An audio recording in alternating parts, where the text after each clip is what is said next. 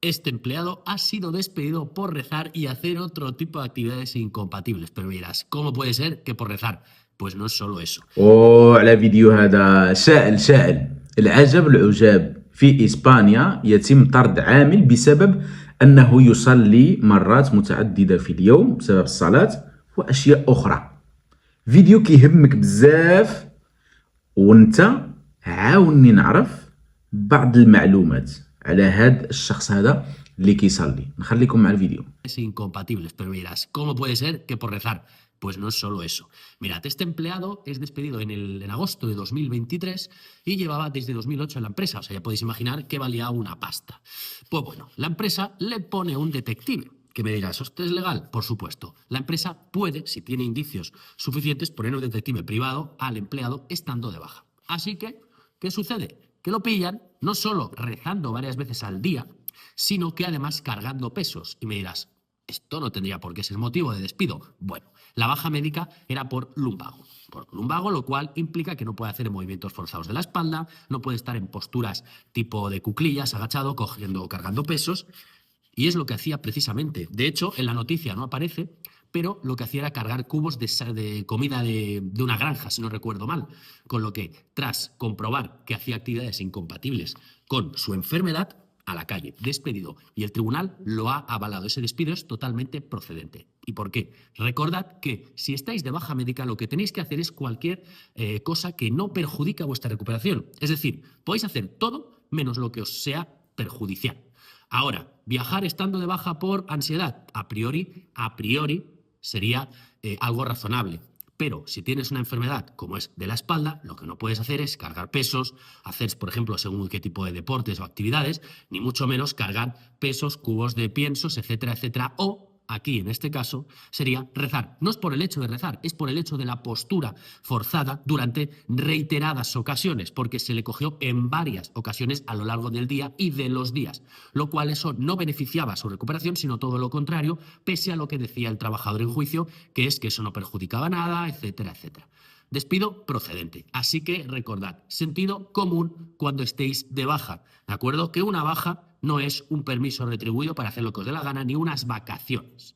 Es un periodo en el cual tienes que recuperarte y hacer todo lo posible por ello. Eso no quiere decir que te quedes en casa, que te quedes encerrado y no hagas absolutamente nada. No, sentido común. Que lo pagamos todos, las empresas, pero es que las empresas no pagan la cotización solo. Luego, lo que es la baja, te la pagan los impuestos, te lo paga la seguridad social. Y eso se nutre de nuestros impuestos. Un poquito de sentido común y de lógica, ¿de acuerdo? Así que no se engañen. السلام عليكم. والله العظيم إلى العجب العجب بالله. عرفتوا علاش العجب؟ لأن صاحب هذا الفيديو هذا الفيديوهات ديالو كامله كتمشي في اتجاه الدفاع عن العمال ضد الشركات. كيوري العمال الحقوق ديالهم، كيقولوا لا الشركه ما تقدرش تعمل لك هيدا، شنو خصك تعمل؟ الشركه ما تقدرش تعمل معاك هيدا، شنو خصك تعمل؟ ملي تكون مريض شنو يعني؟ الفيديوهات ديالو كامله كيدافع على العمال. الا هذا الفيديو هذا شفتو بحال اللي متحمس لهاد الفكره ديال انه طردوا العامل لانه كيصلي وكيهز الثقال في نفس الوقت. المهم كيصلي راه مركزين عليها بزاف وعده مرات في اليوم، وللامانه فما قالوا شي واش مسلم ولا يعني شمن صلاه كيصلي، ولكن كاين بزاف ديال الامور. سمحوا لي هاد التبسيمه هذه والله ما بغاتش تجل مني، لان بعض الاحيان يتم الحكم على الخدام ولا على شي شخص في اسبانيا على حسب المعايير تختلف. يمكن نفس الحكم يتطبق على واحد الشخص ولكن على شخص اخر لا تجري عليه هذه الاحكام هذه ولا العكس. القصه بعدا وانا نعاود لكم القصه وانتم شوفوا معايا واش هذا السيد هذا مسلم، الصلاه ديالو واش ديال المسلمين او لا يعني ماشي صلاه اخرى ماشي ديال المسلمين. هذا السيد هذا تم الطرد ديالو من العمل نهار 8 في شهر 8 ديال 2023، وهذا السيد هذا كان خدام مع الشركه من 2008، يعني واحد القيمه ديال الفلوس كبيره كان خصها تعطيها له الشركه ملي طردوا من العمل. علاش طردوه من العمل؟ لانه كان عامل باخا تيمبورال، كان عامل اجازه مرضيه مؤقته بسبب الم في الظهر ديالو، لومباغو كيتسمى بالاسبانيولا. واخا الشركه ارتأت بان هذاك الشيء هذاك ماشي صحيح غير كيكذب وعملت محقق وعلى حسب اللي سمعنا قال لك اياه من حق الشركه انها تبنى محقق يتبعك. دابا كيفتحوا الباب على بزاف ديال الامور من حق الشركات. وغريب هذا الشيء هذا، لانه هذا السيد هذا انا كنقول لكم تدخلوا تشوفوا الفيديوهات ديالو، هو كنظن محامي يعني كله دفاعا عن العمال. الا هذه المره هذه شفتو متحمس اكثر للحكم اللي صدرت المحكمه والعمل اللي قامت به الشركه. على العموم نرجعوا للموضوع ديالنا. السيد طردوه من العمل لانه كان عنده اللومباغو في ظهره، وكان يعني مؤقتا عنده اجازه مرضيه بحكم الالم اللي عنده في الظهر ديالو. فالشركه عملت محقق اللي كيتبعوا ويشوفوا. فالمحقق جبر بانه كيصلي اكثر من مره واحده في اليوم. هذا ما جعلني اشك لربما، ولكن ما عنديش اليقين اصدقائي، لربما يكون مسلم، لانه بارياس بيسيس ماشي مره ماشي جوج، ولكن غادي يكونوا اكثر من 3 المرات، ولا على الاقل 3 المرات. قال لك كيقوم بعمليات الصلاه يعني اكثر من مره، يعني مرات عده في اليوم الواحد واخا. وكذلك زادوا عليها بانه شافوه كيهز الثقل. واخا واش من علاقه عند الصلاه والثقل الاجازه المرضيه اللي عنده؟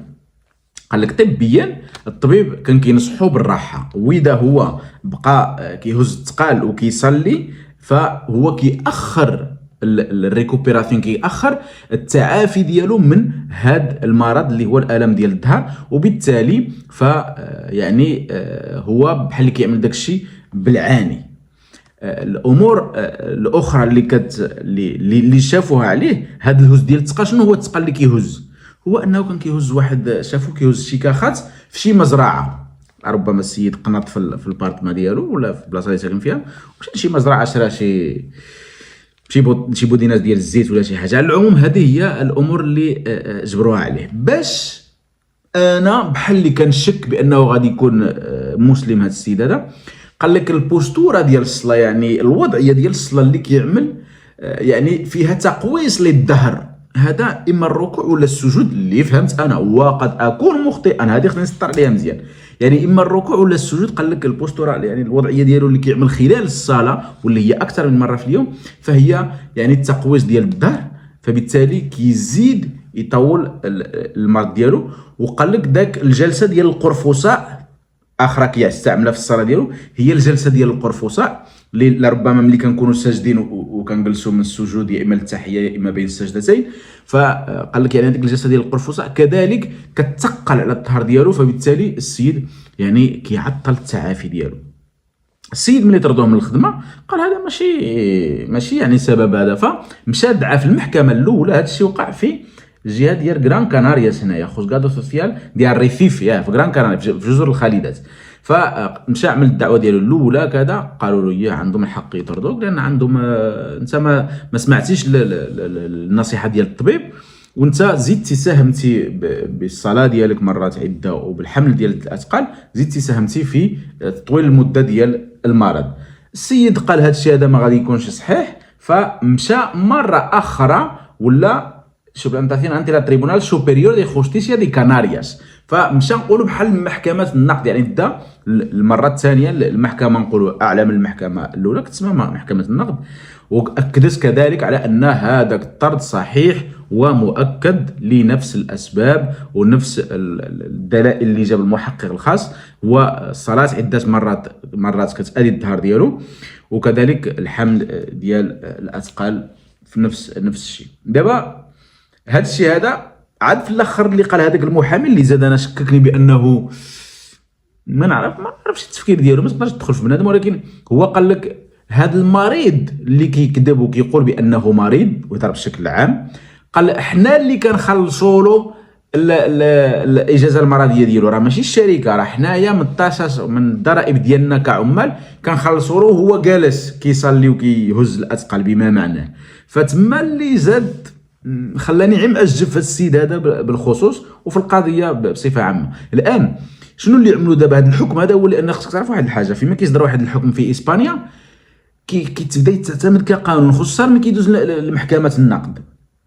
فالان اللي فتحوا الباب انه اولا ملي تكون عندك اجازه مرضيه غادي يبقى يتبعوك ويعملوا لك المحقق، يعني ما بقاتش هنا القضيه ديال شنو كيتسمى داتوس بيرسوناليس، يعني المعلومات الشخصيه، يعملوا لك محقق ما يكون حتى شي مشكل، يبقى يجي يشوفك واش كتمشي للتسخر، واش كتهز القفه، واش هزيتي ولدك وحشيتيه في الطونوبيل الا كنتي مثلا كدير المدرسه. فالان فتحوا الباب لهذا الشيء هذا، انه يكون هناك محقق. والان فتحوا الباب حتى انه الشركات تبقى تطرد الناس بهذه الاسباب هذه اللي لربما يكون السياق ديالها ماشي صحيح 100%.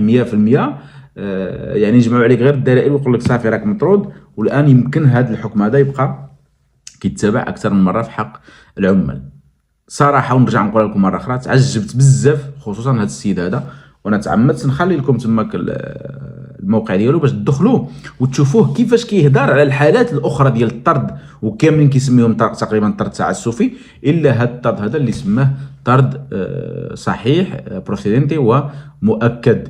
بطبيعه الحال هذا الشيء اللي قلت لكم انا يعني استنتجته فقط من خلال المقال ومن خلال الفيديو ديالو على حساب الوضعيه ديال الشخص، والصلاه عده مرات، تقوس الظهر وجلسه القرفصاء.